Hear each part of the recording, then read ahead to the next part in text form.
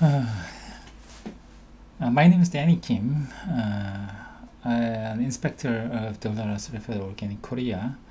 DCOK, a Korean certifier certification body in Korea.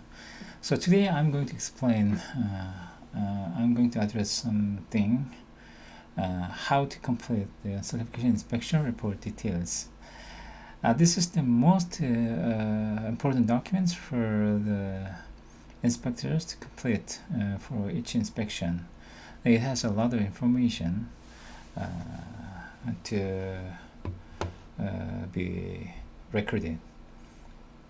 So basically, first of all, you have to complete this form by computer, not by hand. So you have to prepare the computer to complete this form. Okay.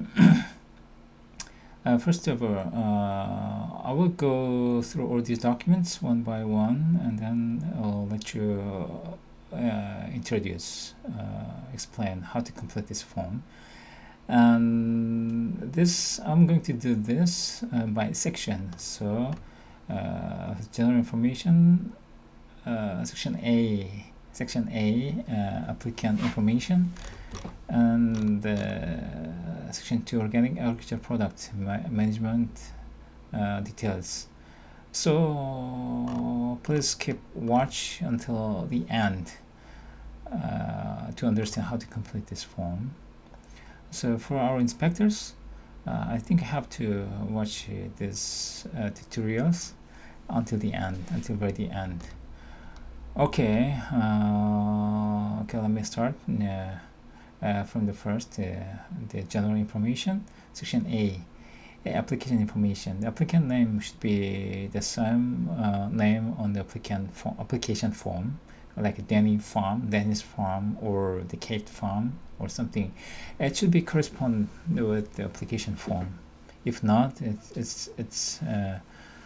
it makes confused to the evaluator. Okay, next one is this the first time? If it's the first time, yes. If not, then check here no. If it's the second time or the consecutive audit, then it should be checked here no. And first year the certification, you have to put here, ask it to the operator what was the first year that they certified by the Korean certification. But this is talking about Korean certification. And certification number, you can find the certification number at the top of the Korean certificate. You can find there the certification number. You have to put here the number of the certification. And the organic manager, the name should be here. So it could be different name with the applicant name. Most of the other big farms, they have a specific person who who in charges of the certification. And also the important thing is the person who have communicated with the inspector, communicating with the DCOK. Their name should be here, and his phone number. The phone number should be here, and the email. Please add email here so that we can communicate with the organic manager on the farm. The next one is the name of the person being interviewed. Danny, Kate, or John, Michael, something. All the names, you have to specify all the names that you had met during the audit. You had interviewed with the person. All the names should be here. So we don't have a separate sheet for exit interview or some others. So all the names that you had interviewed with must be specified here. Okay, inspector name, inspector's name should be here. Inspection date, it could be more than 1 day. If it's more than 1 day, you have to put here the total number of the days. If it takes 2 days, then just put here 2. But if it takes 3 days, and like 3 days. Okay, starting time here and ending time. So inspection type, if it's a new inspection, check here the new. But if it's a renewal, check here renewal. Expression extension, okay. There are so many, even though there are so many types of inspection here, but mostly it's a new or the renewal. So I think the other inspections will not be used often.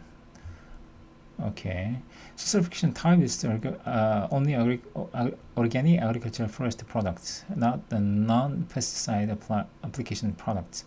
This one applies only the domestic in Korea, now applies to the foreign country outside of Korea. So inspector must check here all the times. Organic standard, I recommend to check only here. Even though they are certified IFOAM EU call, don't check here. Just put this one is again this inspection is against to the only Korean organic standard, not for the IFOAM or EU core. Even though the operator have been certified, are being certified by IFOAM or EU or core, please don't check, don't mark here. Just Korean organic standard. Okay, section B, certification history. If the operators were if the operator was certified before under the Korean regulation, I have to check here and then specify something below. And if the operators have been imposed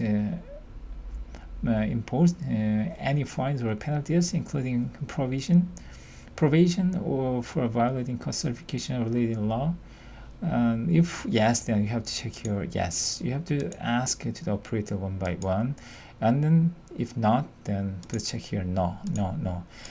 So the first thing here could be yes or no, but other remaining three should be no. If there's a yes, one of this, or not be able to certify. Okay, next one is section C, application details. Is the facility to be certified consistent with the 2A described in the OSP? This is talking about the field map and the fields map and the facility map. If it's correct, if it's correspond to the actual field management, actual field situation, we have to check here yes. If not, then describe something on the following section 2A. It's here 2A. This is a verification of the fields and facility. Everything is here. So if it is the consistent with the 2A in OSP, yes. If not, then no.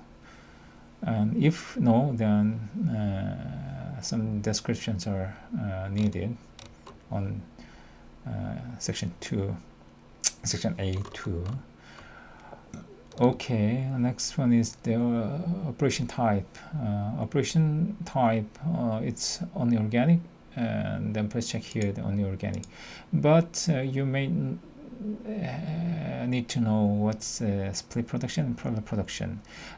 If the crops are visually distinguishable, organic and non-organic, like for instance, if producer grow organic grains and the non-organic vegetables, that's a split production. It may be considered as only organic, like a split production. But if the producer grow organic grains, organic wheat, and non-organic wheat as well on his farm, that's a parallel production, because it has a higher risk of the cross-contamination. It should be defined here first as a parallel production. Okay, but if it goes to the parallel production, it's really complicated. The inspection will be very complicated. So but if the farms are in parallel production, if they grow same variety, same crops of the organic and non-organic, and should be marked here. Okay, portion of total organic production compared to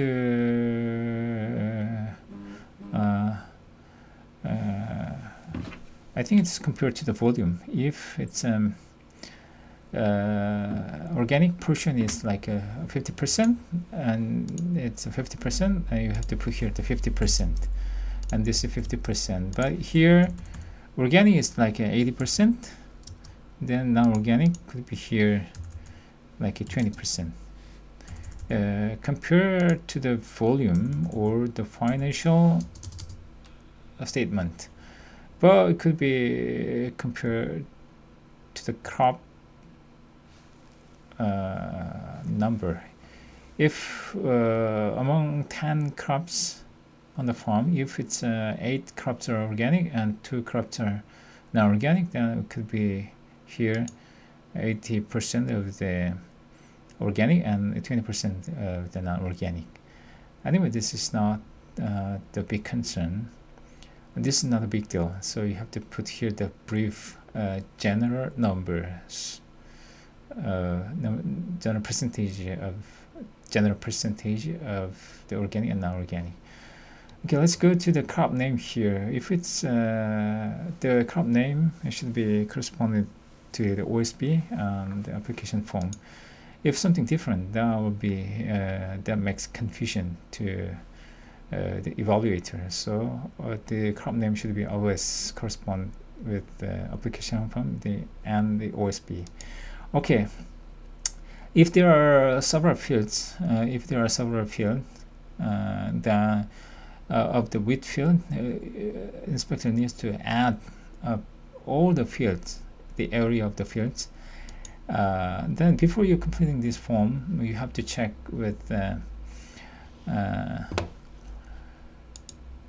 OSB, which is completed by the organic system, the operator. So this is currently your field chart. Here there is a field address. As you can see here, the crop name here, the area is here, and estimated production amount is here. So if there's a width 3 fields, like a width,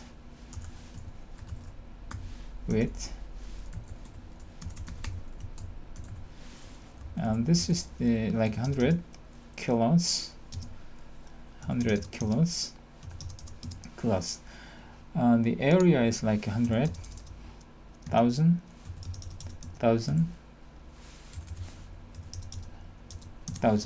That means that the total area of the width is the 3,000 square meters. And total estimated production is the 300 kilos. So this number should be correspond with the number here in the report form. The area could be the 3,000 square meter, and project yield is a 300. Yeah, likewise. Okay, thank you. Next we'll go to the organic and management group inspection report details. See you next time.